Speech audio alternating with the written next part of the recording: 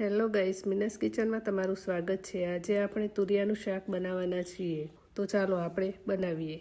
તુરિયાનું શાક બનાવવા માટે તુરિયાને આ રીતે કટ કરી લેવા અને પછી એક કઢાઈમાં 2 પરી તેલ ઉમેરીને તેલ ગરમ થાય એટલે તેમાં રાઈ, હિંગ, હળદર નાખીને શાકને ઉમેરી લેવું। તેને સારી રીતે મિક્સ કરી લેવું અને તેમાં લાલ મરચું, ધાણા જીરું, સ્વાદ અનુસાર મીઠું એડ કરીને હલાવી લેવું। તેમાં ખાંડ પણ ઉમેરી છે। જો તમને લીલા મરચાં કે લસણવાળું ભાવતું હોય તો તે રીતે બનાવી શકો છો।